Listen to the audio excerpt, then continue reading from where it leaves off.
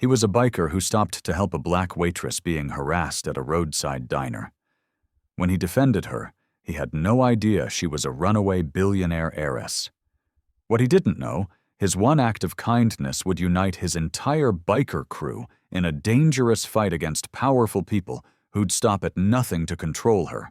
The chrome on Mike's Kawasaki caught the last rays of July sunlight as he pulled into the gravel lot of Sonny's diner. 3 days on the road, and his stomach felt like it was eating itself. The diner sat alone on Route 19, wedged between cornfields and the glittering skyline of Riverton Towers, where people paid more for coffee than he spent on gas. He killed the engine. Silence rushed in, broken only by the ping of cooling metal. Inside, the diner smelled like burnt coffee and grease. The good kind. Mike slid onto a blue vinyl stool at the counter, his leather jacket creaking. A waitress appeared from the kitchen, maybe 22 or 23, with tired eyes that didn't match her bright smile. "What can I get you?" Her name tag read Aisha in faded letters. Coffee, black, and whatever's hot. She poured without asking questions, which Mike appreciated. The coffee tasted like it had been sitting since morning, but it was warm. He was reaching for the sugar when the door chimed. A man walked in wearing a suit that probably cost more than Mike's bike. Tailored gray with silver cufflinks catching the fluorescent light. He had that look, the kind of face that expected doors to open before he reached them. Aisha, the man's voice cut through the diner's quiet hum. Not a greeting, a summons. The waitress's smile vanished. "Derek, I told you. You told me a lot of things." Derek slid onto a stool 3 down from Mike, unbuttoning his jacket like he owned the place. "But you're still here serving burgers to truckers. How's that working out?" Mike kept his eyes on his coffee. Not his business. He'd made a rule years ago. Stay out of other people's problems. His own were heavy enough. "I need you to leave." Aisha's voice shook but held firm. "You need—" Derek laughed, the sound sharp and ugly. "You don't get to need things, sweetheart. That's not how this works." Mike's jaw tightened. Derek reached across the counter, his hand shooting out to grab Aisha's wrist. "You've had your little adventure. Time to come home." And Mike's hand clamped down on Derek's forearm before he could touch her. The diner went dead silent. Even the radio seemed to hold its breath. She said, "Leave." Mike's voice came out quiet, almost conversational. He didn't look at Derek, just kept that iron grip on his arm, feeling the expensive watch beneath his fingers. Derek's face flushed red. "Do you have any idea who you are?" "Don't care." Mike finally turned his head, meeting Derek's eyes. He'd stared down meaner men in worse places. "Let's make this simple. You walk out that door or I help you through it. Your choice." For 5 long seconds, Derek tried to hold the stare. Mike had perfected this look in prison. Empty, cold, like staring into a well with no bottom. It said, "I've got nothing to lose and you've got everything." Derek yanked his arm back, stumbling off the stool. "You just made the biggest mistake of your life. You trailer trash piece of doors that way." Mike pointed without breaking eye contact. Derek's hands curled into fists, his face purple now, but something in Mike's stillness stopped him. Maybe it was the scars on Mike's knuckles. Maybe it was the way Mike hadn't moved an inch, hadn't even raised his voice.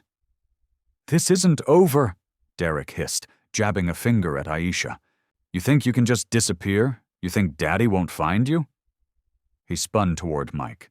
"And you have no idea what you just stepped into." Derek stormed out through the window. Mike watched him climb into a black Lexus and peel out of the lot, gravel spraying. The diner exhaled. An old man in a corner booth started chewing again.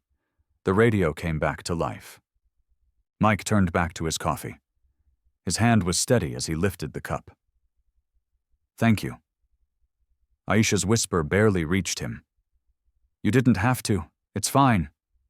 No, really. She stopped, and when Mike glanced up, she was staring at him with an odd expression. Not gratitude. Something closer to fear. You should go, please. Mike frowned.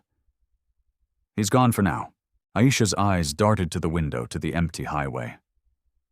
But he'll come back. He always comes back. Her voice dropped. And when he does, I don't want you here. I don't want anyone else getting hurt because of me.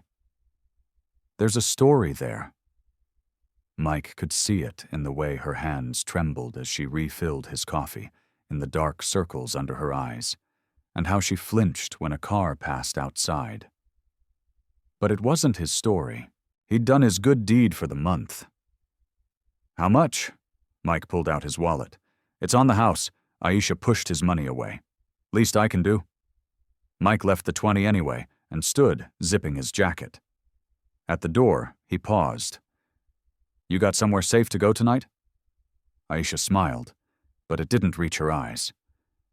I'll manage. I always do. It was a lie. Mike had told enough of them to recognize the taste. Outside, the summer air hung heavy through his jacket. He straddled his bike, kicked it to life. The engine's roar filled the empty lot. As he pulled onto the highway, Mike checked his mirror. Through the diner's window, he could see Aisha standing behind the counter, watching him leave. She looked small, alone. He twisted the throttle, and the diner disappeared behind him. Not his problem. But 2 miles down the road, something nagged at him. That look in her eyes, that fear, and Derek's parting shot. You think Daddy won't find you? A girl working a dead-end diner job running from someone with enough money to wear a $5,000 suit on a Thursday night. Mike told himself to keep riding. He learned the hard way that getting involved with rich people's problems only ended one way, with someone like him taking a fall. The highway stretched ahead, empty and dark. He should keep going. He didn't slow down until the diner was 5 miles behind him. Then he pulled over, killed the engine, and sat in the darkness, listening to the wind through the empty fields. Not my problem, he told himself again, but his hands were already turning the bike around. Mike told himself he was just checking, making sure the girl got home safe. That's what he'd tell anyone who asked. Not that anyone would. The diner came back into view as twilight bled into full dark. His headlight caught something that made his gut clench. 3 black SUVs parked in a semicircle near the entrance. Expensive tinted windows, the kind of vehicles that said corporate security or worse. He killed his lights and coasted into the shadows of an abandoned gas station across the road. Through the diner's window, he could see Aisha behind the counter, cleaning, alone. But outside, near the SUVs, 3 figures stood in the parking lot. Derek was one of them. The other 2 were built like linebackers in suits, professional muscle. Mike's phone buzzed, unknown number. He ignored it. Derek knocked on the diner's glass door. Aisha looked up, and even from across the highway, Mike could see her body go rigid.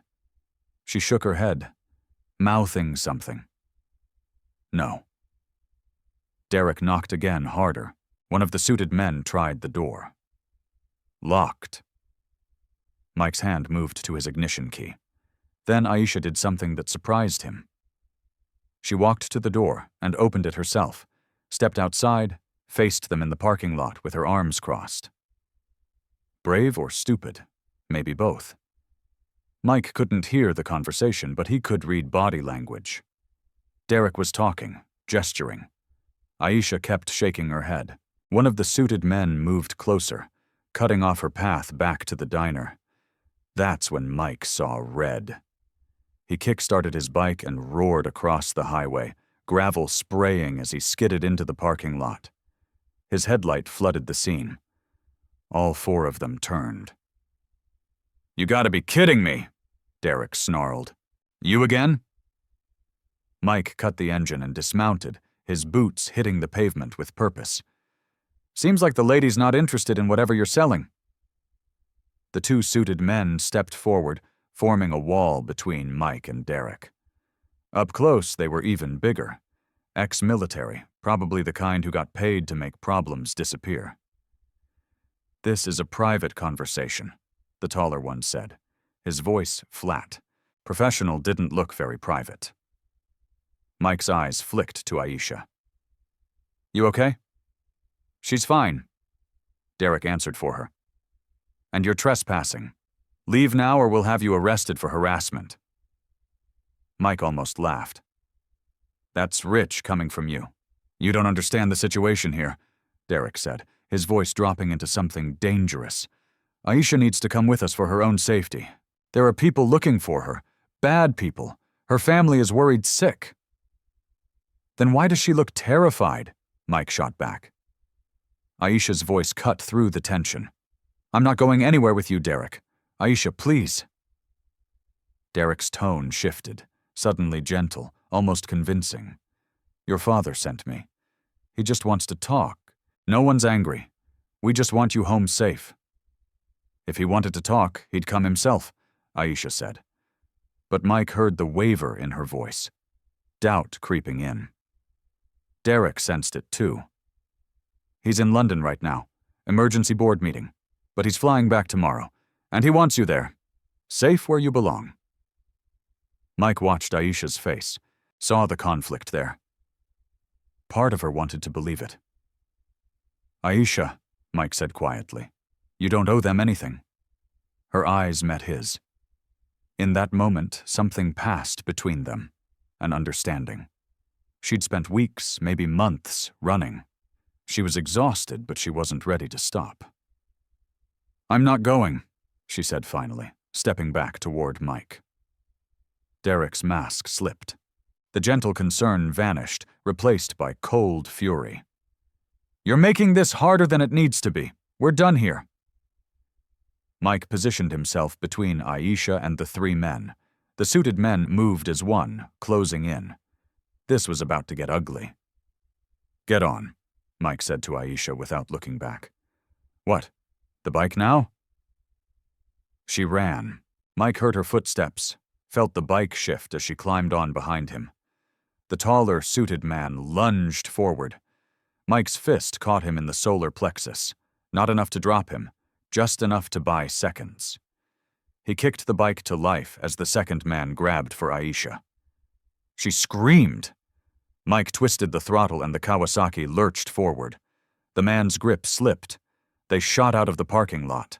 Aisha's arms locked around Mike's waist. Behind them, doors slammed. Engines roared to life. "They're following us," Aisha shouted over the wind. Mike checked his mirror. All three SUVs were on the highway now, accelerating. Professional drivers. This wasn't going to be easy. He opened the throttle fully, and the bike screamed into the night. The highway blurred beneath them as they hit 90, then 100. The SUVs kept pace, their headlights burning in his mirrors like hunting eyes. Mike took a sharp right onto a narrow county road. The bike leaning so far, Aisha gasped. The SUV's brake lights flared. They were heavier, couldn't turn as fast. He bought them maybe 10 seconds. It would have to be enough. He killed his headlight and navigated by moonlight, taking another turn onto a dirt road that led into cornfields. Behind them, the SUVs hesitated at the intersection, their lights sweeping across empty fields. Mike pushed deeper into the darkness, putting distance between them and the main road. Only when the SUV lights disappeared completely did he slow down. His heart hammered. Aisha's grip hadn't loosened. "Who are you?" Mike finally asked, pulling into an abandoned gas station 5 miles from anywhere. In the moonlight, Aisha's face was pale, haunted. "Someone who just made your life very, very complicated," she whispered. Mike knew a place. Everyone who'd lived rough knew a place. That one spot where the world forgot to look. Lena's auto garage sat 20 miles outside town, hidden behind a wall of oak trees and rusted car corpses. Lena herself was 60, built like a bulldog. and asked fewer questions than a confessional booth. They pulled in just after midnight. The garage was dark except for a single yellow bulb over the office door. Lena emerged in coveralls, wiping her hands on a rag. Her eyes took in Mike's tense shoulders, then Aisha's terrified face. "Trouble?" she asked. "The expensive kind," Mike said. Lena nodded once. "Back room. There's a cot and some canned soup. Don't touch the Chevy. She's temperamental." She disappeared back in her office without another word. Inside, the back room smelled like motor oil and old coffee. Aisha collapsed onto the cot, her whole body shaking now that the adrenaline was wearing off. "I'm sorry," she whispered.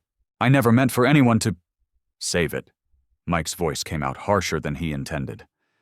"Right now, I need to know what I'm dealing with. Who's chasing you? And don't give me some vague answer about complicated family drama." Aisha looked up at him, tears tracking down her face. "If I tell you, you'll leave. Everyone always leaves when they find out. I'm already in it.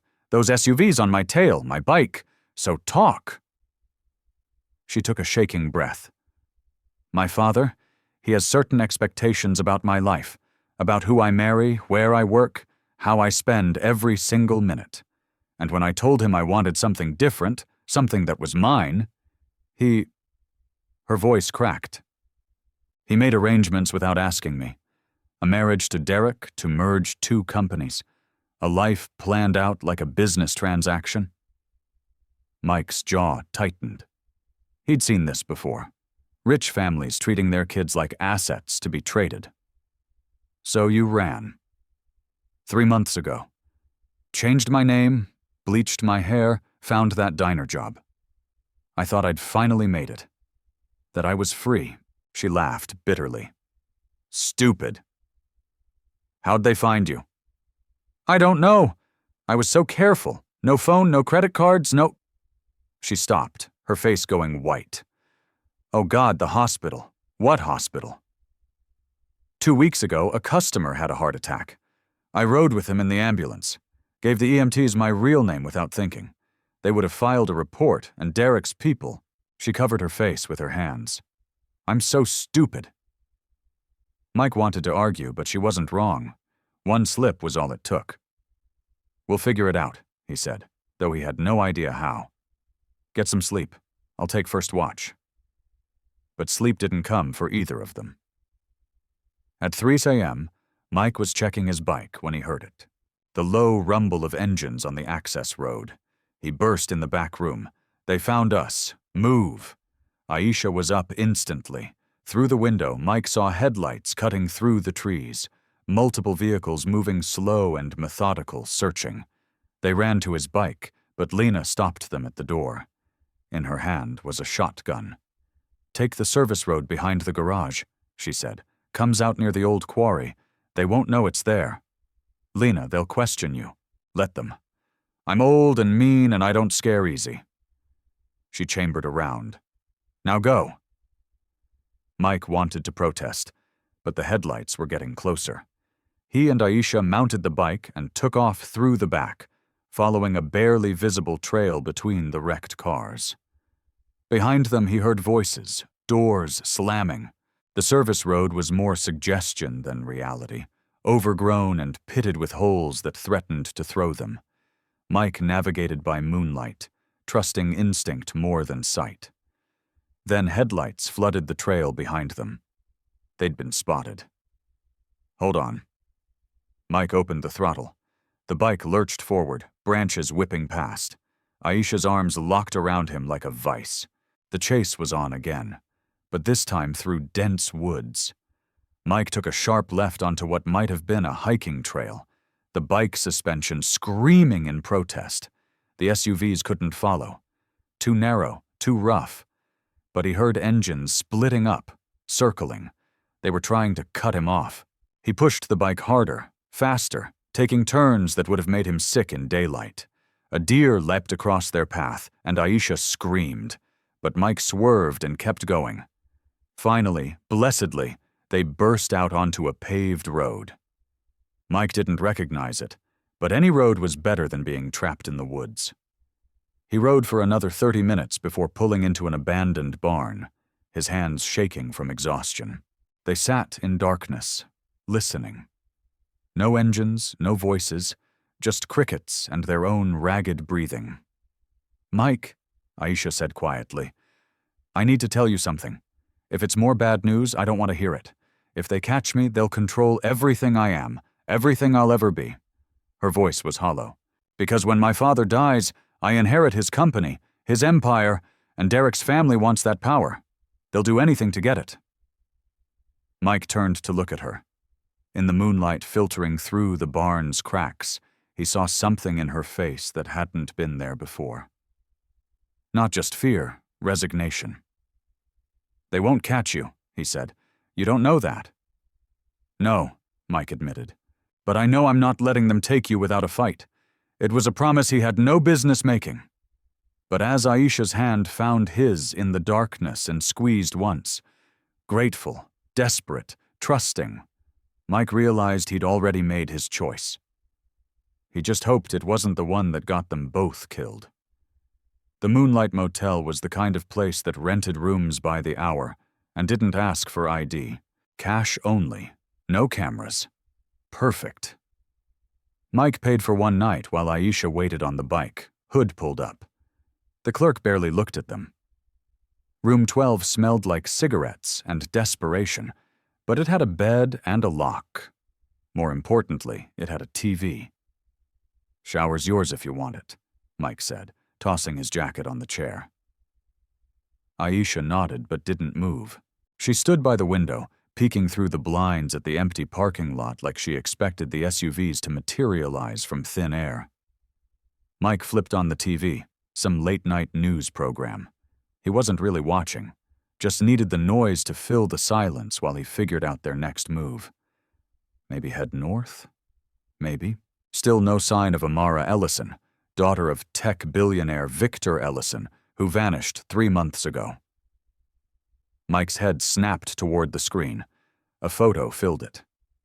Professional headshot, expensive dress, perfectly styled dark hair, but the face, he knew that face.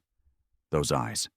Authorities say there's no evidence of foul play, but the family is offering a $5 million reward for information leading to her safe return. Ellison Enterprises stock has dropped 12% since. Aisha lunged for the remote and killed the TV.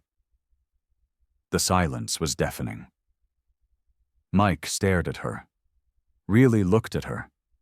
The cheap diner uniform, the dark roots showing through the bleach job, the calluses on her hands, and underneath it all, a billionaire's daughter. "Ellison," he said slowly.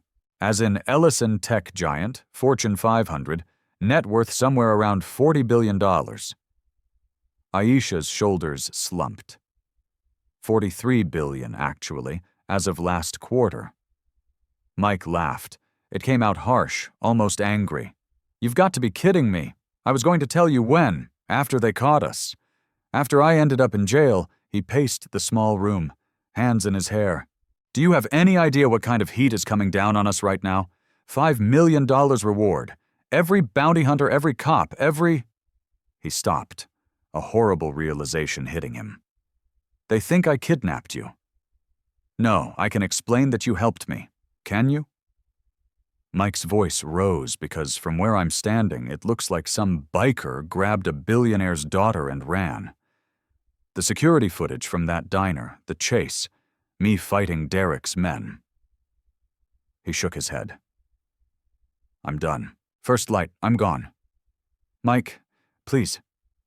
I've been in prison, Aisha. Or should I call you Amara?" The bitterness in his voice surprised even him. 5 years for something I actually didn't do. "You think they'll believe me this time? A guy like me protecting a girl like you. A girl like me." Aisha's voice went cold. "You mean rich?" "Yeah, rich. The kind of rich that buys judges and rewrites stories and makes people like me disappear. My father isn't like that. They're all like that." Mike shouted. then caught himself, lowered his voice. Every rich person I've ever met, they use people, step on them, and when things get messy, they cut loose whoever's convenient. That's how the world works. Aisha's eyes filled with tears, but her voice stayed steady. Is that what you think I'm doing? Using you? I don't know what you're doing. I don't know you. Yes, you do. She stepped closer. You know I worked an 8-hour shift before Derek showed up. You know I learned to change oil from watching YouTube videos. You know I've been surviving on peanut butter sandwiches because I refused to touch my trust fund. You know me, Mike, not the girl in that photo. Me. Mike wanted to argue, wanted to grab his jacket and walk out. But she was right. The girl he met in that diner wasn't the polished heiress on TV. She was someone who'd walked away from billions to be free. He sank onto the bed, exhausted. Why Derek? Why that specific marriage? Aisha sat in the chair across from him, pulling her knees to her chest. Derek's father, Harold Beaumont, owns 30% of Ellison Enterprises, second largest shareholder. For years, he's been pushing to take the company public, make billions more. My father's resisted, says it would destroy the company's culture, turn it into just another corporate machine. So, marry the kids, unite the families, force the issue. Exactly. If Derek and I married, Harold could claim a family interest in my inheritance. When my father dies or steps down, they control the majority. The company would be theirs. She wiped her eyes, and I'd just be Mrs. Derek Beaumont, smiling at Charity. Guileless, having the right opinions, living in a gilded cage. Mike understood cages. Different kinds, maybe, but cages all the same. Your father agreed to this. He says it's for the best, for the company, for the family legacy. Her voice broke.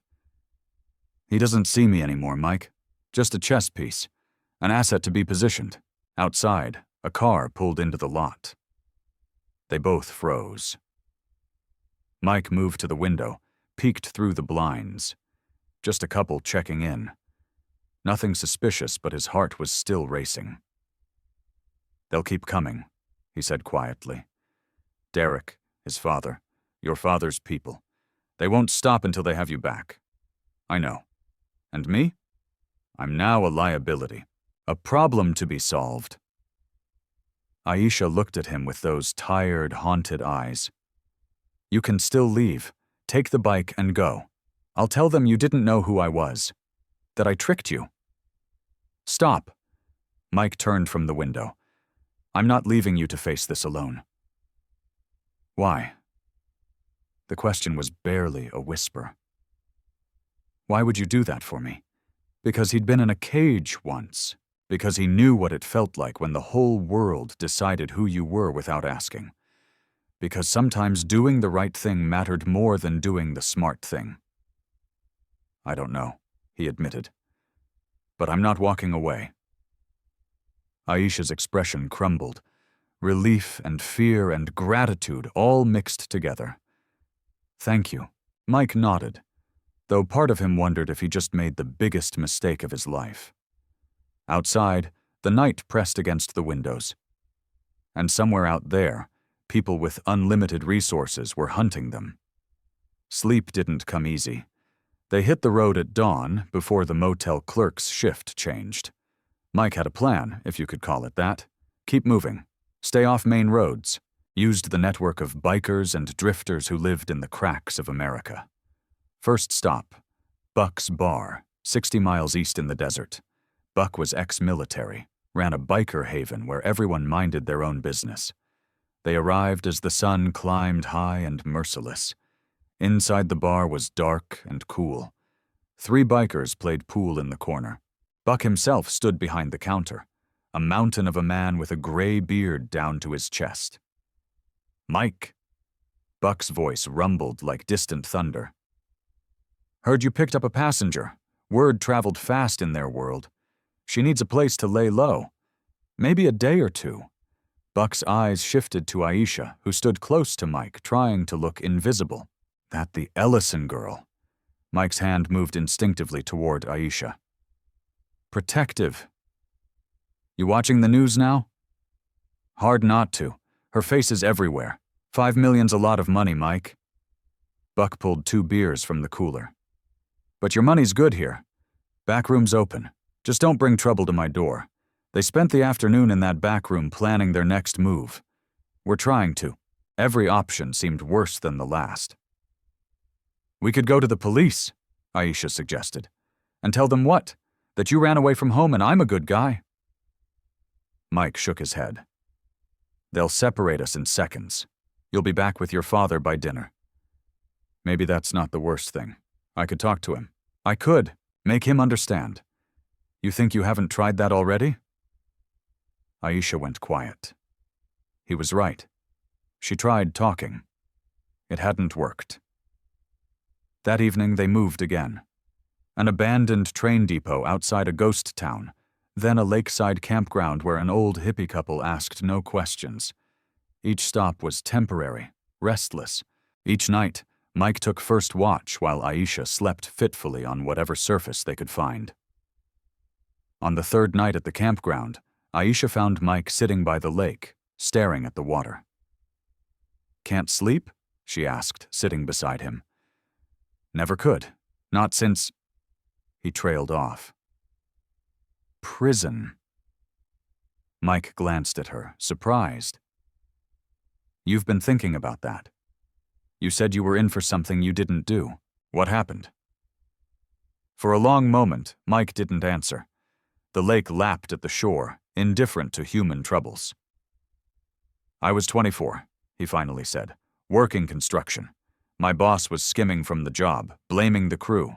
I found out, confronted him. Next day, cops showed up, said I'd stolen $50,000 in equipment. He laughed bitterly. I never seen that much money in my life. But my boss had connections, good lawyers. I had a public defender who couldn't remember my name. 5 years, Mike, I'm so... Don't. His voice was sharp. Don't apologize for something you didn't do. I've had enough of that. He softened slightly. Point is, I know what it's like when people decide who you are, when they write your story without asking. Aisha pulled her knees to her chest. My mother died when I was 12. After that, my father threw himself into work. The company became everything, and I became an extension of it. Ellison Enterprises' future, the heiress, never just Aisha. Is that when you started planning to run? No. I tried to be what he wanted. Went to the right schools, dated the right people, smiled at the right events. She picked up a stone, tossed it into the lake. But then he announced the engagement to Derek without even telling me first. I found out at a board meeting. They were all congratulating me, and I didn't even know. Her voice cracked. That's when I knew I was never going to be a person to him, just a signature on a contract. Mike understood that feeling, being reduced to something useful. For what it's worth, he said quietly. You're more real now than any version of you I've seen on TV. Aisha smiled, the first genuine smile he'd seen in days. You're not what I expected either. What did you expect? Someone who'd leave at the first sign of trouble. Everyone always does. Mike wanted to tell her he wasn't that guy. But the truth was more complicated. He'd thought about leaving. Still thought about it sometimes. Late at night, when the weight of what they were facing pressed down like a stone. Before he could respond, his phone buzzed. A text from Lena. They came back, asked about you, tore up my garage looking. I'm fine, but they're getting desperate. Watch your back. Mike showed Aisha the message. Her face went pale. She got hurt because of me. She's tougher than she looks. That's not the point, Mike. People are getting pulled into this. You're friends. Soon it'll be worse. She stood abruptly. I can't keep running. I can't. It's not fair to you, to Lena, to anyone who helps us. So what are you saying? Aisha turned to face him, and he saw something new in her expression. Not resignation, determination. I'm saying we stop running and start fighting back. If Derek and his father want me so badly, let's give them what they want. But on my terms, Mike stood. What do you have in mind? My father's annual charity gala. 3 days from now, every major shareholder will be there, including Harold Beaumont. Press, cameras, the whole spectacle. Her eyes glinted in the moonlight. What if I showed up in front of everyone and told them exactly what Harold and Derek had been doing? It was insane, reckless, walking straight into the lion's den. Mike grinned. I'm listening. The safe house was a hunting cabin 2 hours south, owned by Pete, one of Mike's oldest riding buddies. They'd done time together, watched each other's backs when it mattered. If Mike trusted anyone, it was Pete. Big mistake. They arrived after midnight, exhausted from another day of constant movement. Pete greeted them at the door with beer, and that easy grin Mike remembered. Mikey, boy, heard you were stirring up trouble. Pete's eyes slid to Aisha with undisguised curiosity. And this must be the famous runaway heiress. She's got a name, Mike said, an edge in his voice. Easy, brother. Just making conversation. Pete stepped aside, letting them in. Cabin's yours. Got food in the fridge, firewood out back. Stay as long as you need. Something felt off. Mike couldn't place it. Maybe the way Pete's smile didn't quite reach his eyes, or how his gaze kept flicking to his phone. But exhaustion won out over instinct. Thanks, man. I owe you. Don't mention it. Pete clapped him on the shoulder. What are brothers for? Mike should have listened to his gut. They settled in. Aisha took the bedroom while Mike made the couch his watch post. Around 2 a.m., he finally let himself drift off just for a moment. He woke to the sound of car doors closing. Mike was on his feet instantly, adrenaline spiking. Through the window he saw them. 2 black SUVs, headlights off, parked 30 yards from the cabin. 4 men in tactical gear, moving toward the door with practiced precision. Aisha! Mike burst into the bedroom. We've got company. She was up in seconds, still wearing her clothes. She'd learned to sleep ready to run. The front door exploded inward. Mike grabbed the hunting rifle from above the mantel. Probably hadn't been fired in years, but it was better than nothing. He fired a warning shot through the doorway. The men scattered, taking cover. Back window, Mike shouted. They ran to the bedroom. Aisha climbed through first, dropping into the tall grass. Mike followed, rifle in hand. Behind them, he heard boots thundering through the cabin.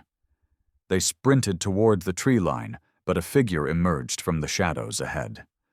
One of Derek's men, cutting off their escape. Mike swung the rifle like a club, catching the man across the jaw. He went down hard. The shed. Aisha pointed to a small outbuilding near the woods. They made it inside, slamming the door. Mike shoved a workbench against it.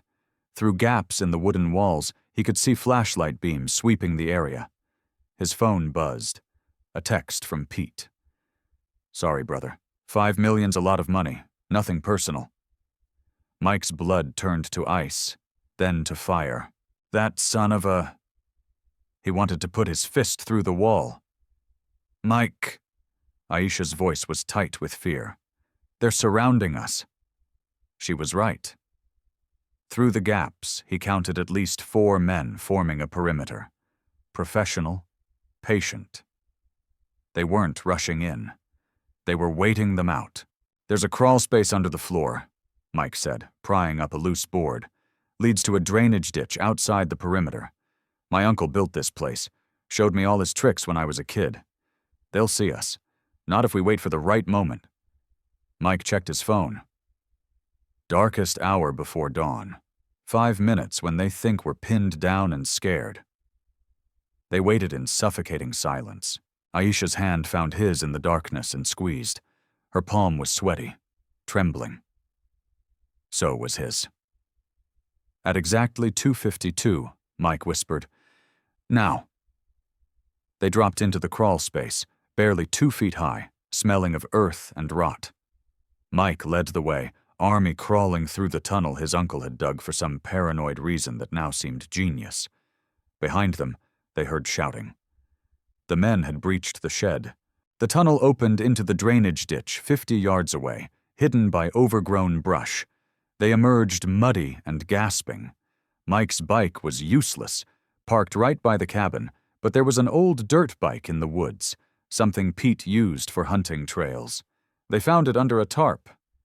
"Please start," Mike prayed. "Please." The engine coughed, sputtered, then roared to life. Flashlight beams swung toward them. "Go, go, go!" Aisha jumped on behind him. Mike opened the throttle, and they shot into the woods, branches whipping past. Behind them, he heard engines starting, orders being shouted. They burst onto a logging road, and Mike pushed the bike to its limit. Not fast enough. In his mirror, headlights appeared.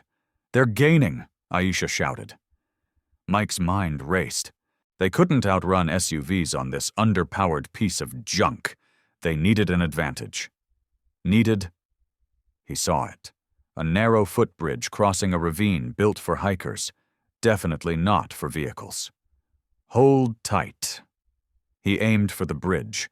The dirt bike's thin wheels bounced across the wooden planks. Behind them, the lead SUV tried to follow. Too wide. Too heavy. The bridge groaned, cracked, and collapsed into the ravine with a thunderous crash. The second SUV skidded to a stop at the edge. They'd bought themselves time. Not much, but enough. Mike rode until the bike's engine started smoking, then ditched it near an abandoned farm. They hiked the last 3 miles to the highway, staying off-road, moving in silence. As the sun rose, they caught a trucker willing to give them a ride north for $50. Mike climbed into the truck bed, every muscle screaming. Aisha sat beside him, shivering despite the warming day. "Pete sold us out," she said quietly. "Yeah, your friend. Someone you trusted." Mike stared at the passing landscape, jaw tight. $5 million makes people do ugly things. I'm sorry. Stop apologizing. This isn't your fault. But even as he said it, Mike felt something shift inside him. Pete's betrayal cut deep. Not just the act itself, but what it represented. He couldn't trust anyone anymore. Couldn't risk pulling more people into this mess. "I can't keep running forever," he said more to himself than to her. Aisha looked at him with those haunted eyes. "Then we don't run. We end this at the gala. It's suicide. Aisha walking into a room full of people who want to control you." "Maybe, but it's the only play we have left." Her voice hardened with resolve. "I'm tired of hiding. Tired of letting them win. If I'm going down fighting." Mike saw his own desperation reflected in her face. 2 people with nothing left to lose, betting everything on one impossible gamble. "All right," he said finally.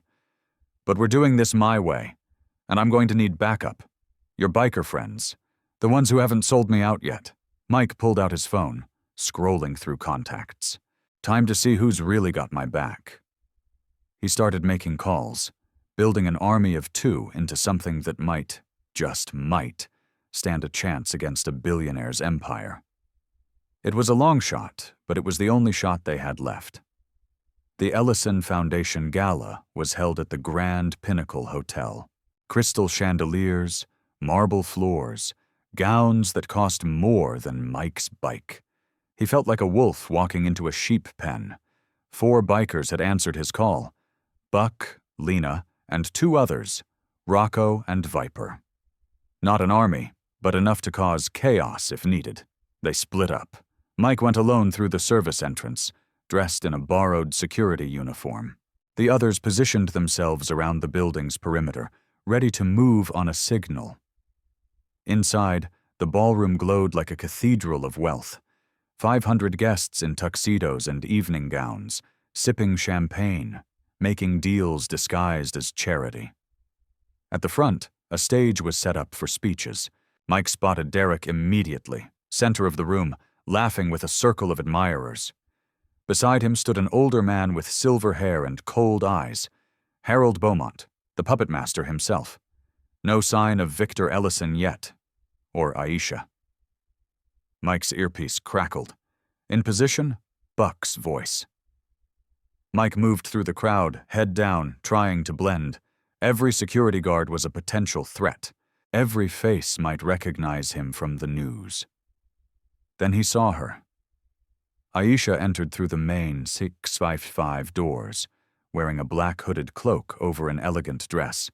She moved with purpose, head high, no longer the frightened waitress from the diner. The crowd didn't notice her at first, just another late arrival. She walked straight to the stage. That's when people started recognizing her. Whispers rippled through the ballroom like wind through wheat. Is that Amara Ellison? Oh my God, she's alive. Aisha climbed the stairs to the stage, pulling back her hood. The room fell silent. Every phone came out, cameras turning toward her like flowers to the sun. Derek's face went white, then red. He started pushing through the crowd. Ladies and gentlemen, Aisha's voice rang out, amplified by the microphone. I apologize for interrupting your evening, but I have something important to say. Amara, Derek reached the stage stairs. Security, someone stop her. Let her speak. A voice from the crowd. Then another. The press smelled the story. Harold Beaumont was already moving toward the exits, but Mike stepped into his path. Going somewhere, Mike said quietly. Harold's eyes narrowed. You're the one who kidnapped her. Security. Actually, Aisha's voice carried across the room. He saved me from being forced into a marriage I never agreed to. The room exploded in murmurs. Derek reached the stage. You're confused, sweetheart. You've been through trauma. Don't you dare! Aisha's voice cut like a blade. Don't you dare gaslight me in front of everyone. I know exactly what I'm saying. She turned to the crowd, to the cameras. 3 months ago, I ran away. Not because I was kidnapped or mentally unstable, because my father and Harold Beaumont arranged my marriage to Derek without my consent. A business merger disguised as love. That's absurd. Harold's voice boomed. Victor would never... Wouldn't he? Aisha pulled out her phone, holding it up. I have emails, contracts, documentation of every meeting where you two planned my future like I was a corporate asset. She projected the emails onto the screen behind her. The crowd leaned in, reading. Mike saw it in their faces. The shift from skepticism to shock. The evidence was damning. Derek lunged for the phone.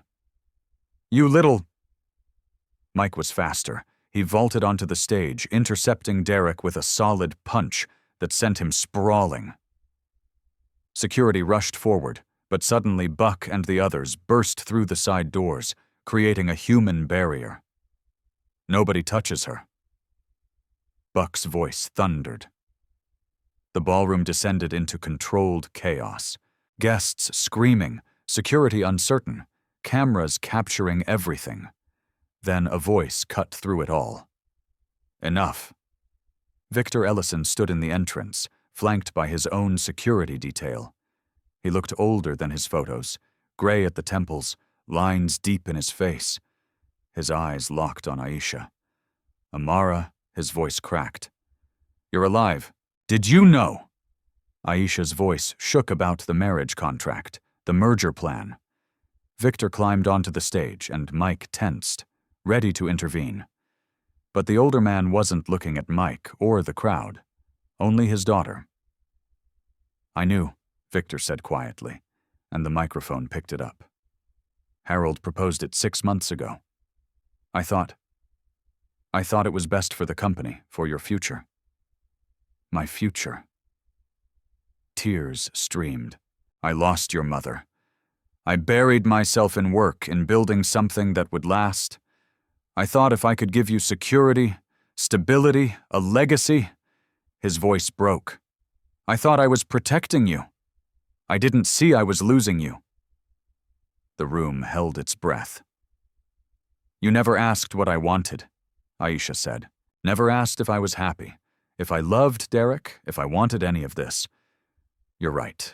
Victor's shoulders sagged. I failed you as a father. I was so focused on the empire that I forgot the only thing that mattered was you. Harold pushed forward. Victor, don't let her manipulate you. The merger is worth billions. I don't care about the merger. Victor's shout echoed. He turned to Harold, fury in his eyes. You used my grief, my ambition. You tried to turn my daughter into a bargaining chip. Get out. You're done. I'm buying out your shares. You can't. Watch me. Victor turned back to Aisha. I'm sorry for everything. If you never want to see me again, I understand. But I'm canceling this farce of an engagement. You're free, Amara, truly free. Aisha stood frozen, tears streaming.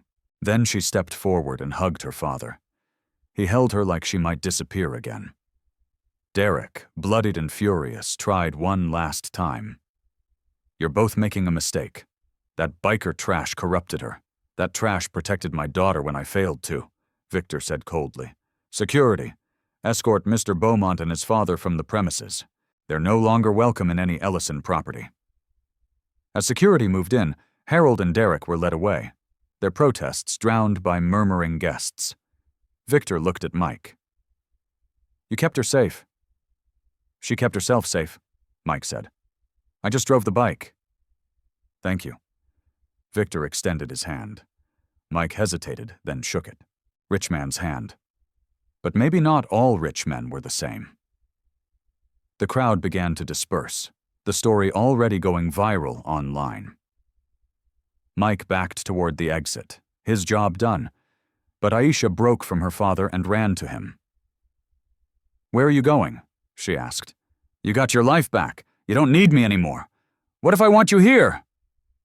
Mike looked at her, no longer the scared waitress or the runaway heiress, just Aisha standing at a crossroads, choosing her own path. Your world and mine don't mix, he said gently. Maybe they could if we wanted them to. Before Mike could answer, Buck whistled from the door. Cops are coming, brother. We should bounce. Mike nodded, looked at Aisha one last time. Take care of yourself. Then he walked away, disappearing into the night with his crew, leaving Aisha standing in the ballroom, free at last, but watching him go. Dawn broke over the city in shades of gold and pink. Mike sat on his bike in an empty parking garage, staring at nothing. The adrenaline had finally worn off, leaving him hollow. Buck and the others had scattered after the gala, smart enough to avoid the police questions that would inevitably come. Mike should have left too. Should have been 3 states away by now. But his bike wouldn't start, or maybe he just couldn't make himself turn the key.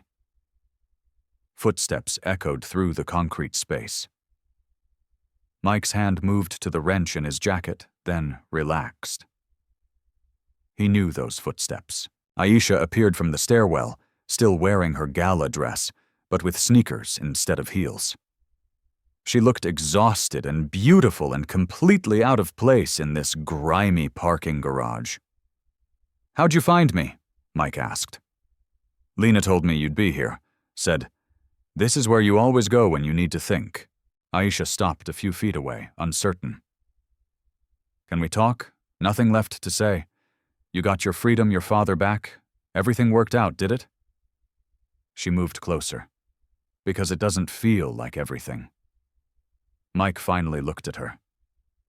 What do you want, Aisha? I want to know why you left. Because that's what people like me do. We don't stick around for the champagne and the happy endings. He gestured at her dress. You belong in that ballroom. I belong here. That's just how it is. That's the stupidest thing I've ever heard. Aisha's voice cracked with frustration. You think I care about ballrooms? After everything we've been through. You should care. It's your world. It was never my world. That's the whole point. She was shouting now, her voice echoing off concrete. I ran away from that world because it was killing me, and then I met you. And for the first time in my life, I felt like I could breathe, like I was actually alive. Mike stood facing her. You felt alive because you were running scared. That's not real life, Aisha. That's adrenaline. Don't tell me what I felt. Tears streaked her face, but her voice stayed strong. You think I don't know the difference between fear and freedom? I spent 23 years in a cage made of gold. Then I spent 3 months in diners and on back roads and in your world. And I was happier than I'd ever been. Not because of the danger, because of the choice, because I was finally deciding for myself. And what are you deciding now? I don't want to go back to being who they want me to be. Not my father, not the board, not society. She stepped closer, close enough that he could see the gold flecks in her eyes. I want to figure out who I actually am. And I want you there while I do. Mike's throat tightened. I'm nobody. Aisha, ex-con biker with a record and a rusted-out Kawasaki. What kind of life is that for someone like you? Someone like me? She almost laughed. Mike, I worked a diner for 3 months. I learned to change oil from YouTube. I survived on peanut butter sandwiches because I was too proud to use money I didn't earn. Maybe I'm more someone like you than you think. Your father just offered to buy out a billionaire. You're still an heiress. I know, and I'm going to use that. Not to live in some mansion or marry some corporate clone, but to actually do something that matters. Her eyes blazed with determination. My father's given me a seat on the board. Real power, real say in how the company operates. I'm going to change things. Worker protections, ethical practices, all the stuff they've been ignoring while chasing profits. Mike saw it then. Not the scared waitress or the runaway heiress, but something new. Someone who'd taken the best parts of both worlds and forged them into something stronger. You're going to be amazing, he said quietly. I'm going to try, but I can't do it alone. She took his hand. I need someone who will tell me the truth, who'll keep me grounded when the corporate nonsense gets too thick. Someone who reminds me what real people need because he's lived it. You're offering me a job. I'm offering you a choice. Same one you gave me that first night at the diner when you stepped between me and Derek. Her grip tightened. You can ride off and keep running from your past. Or you can stay and help me build something different, something better. Mike looked at their joined hands. Hers soft from privilege, his scarred from hardship. Different worlds. But maybe that was the point. I don't do boardrooms, he said finally. I don't need you in boardrooms. I need you to be you. Keep riding your bike, working with Lena, living your life. Just let me be part of it, and let me pull you into mine sometimes when I need to remember what I'm fighting for. That's a terrible plan. Probably. Aisha smiled through her tears.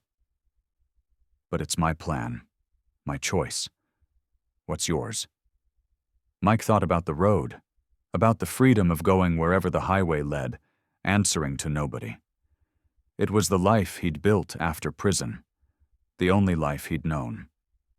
But he also thought about Aisha, not as the girl he'd saved, but as the woman standing in front of him now, strong, determined, real, someone who'd chosen him when she could have chosen anyone. Maybe freedom wasn't just about running. Maybe it was about choosing where you stood. One condition. Mike said, "What?" "When your world gets too heavy, we get on a bike and just ride. No destination, no plan, just road." Aisha's smile lit up the dim garage. Deal. She kissed him then, soft and sure, and for a moment, the parking garage felt like the best place in the world. When they pulled apart, the sun was fully up, streaming through the concrete pillars. "So, what now?" Mike asked.